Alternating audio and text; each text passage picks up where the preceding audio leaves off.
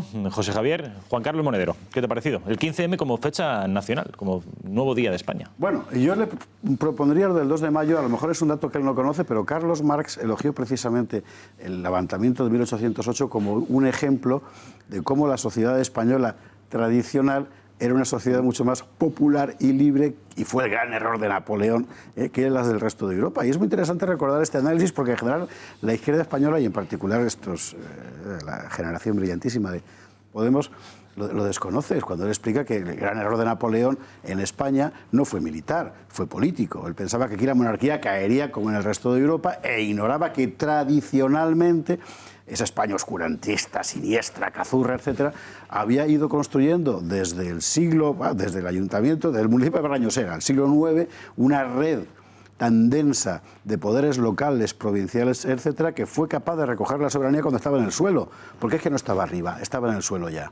y el pueblo la recogió. Y es muy interesante ese análisis porque me parece que esta izquierda podemita debería integrarla. ¿Por qué? Vamos a ver, yo creo que todo lo que ha dicho Monedero, enseguida voy a dejar la palabra a los demás, voy a ser brevérrimo, es muy interesante porque es una especie de depósito de tópicos, ¿no? De los clásicos, la culpabilización, etcétera, con una aportación interesante. Monedero dice, sí, es verdad, todos sois culpables, pero yo os voy a redimir.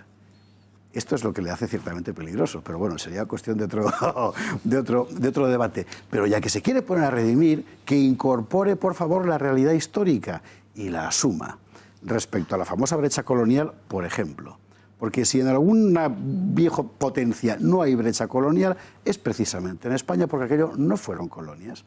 Y la emancipación fue una guerra civil, fundamentalmente. Y las grandes matanzas de indígenas, pasado el primer impacto vírico, del que luego hablaremos con toda seguridad, son las que se producen inmediatamente después de las emancipaciones. Y la matanza de charrúas en Uruguay, y de mapuches entre Chile y Argentina, y de indígenas mexicanos de hambre, y la esterilización masiva de indígenas en Bolivia y en Perú, es cosa de después de las emancipaciones. Y son cosas que el discurso neoindigenista criollo calla para legitimar su poder. Son los españoles, es decir, nuestros padres, los que mataron a los indios, pero no es verdad. Respecto a la cuestión indígena, insisto que me callo enseguida, hoy no hay nadie serio que discuta que la mortandad indígena masiva que la hubo fue fundamentalmente un choque vírico, y sobre eso hay innumerables estudios de universidades hispanoamericanas, innumerables. Aquí se ve que no llegan, pues toda la gente de la Universidad Española que está a lo que está, a sus másters y a sus cosas. 2. Se ha verificado por completo que la imagen del buen salvaje sobre los amerindios en general, muy específicamente sobre las civilizaciones dominantes, Inca, Azteca, Maya, era absolutamente falso. Hace solo 25 años se pensaba las momias de niños del Yuyayaco eran testimonio de cuánto quería esa gente a sus hijos. Un rábano. Los incas cogían a los hijos de los caciques, los mataban, los llevaban a momificar a Cuzco y los devolvían para que el pueblo vencido escenificara su sumisión adorando a los hijos asesinados de los jefes. O sea, ese era ese mundo.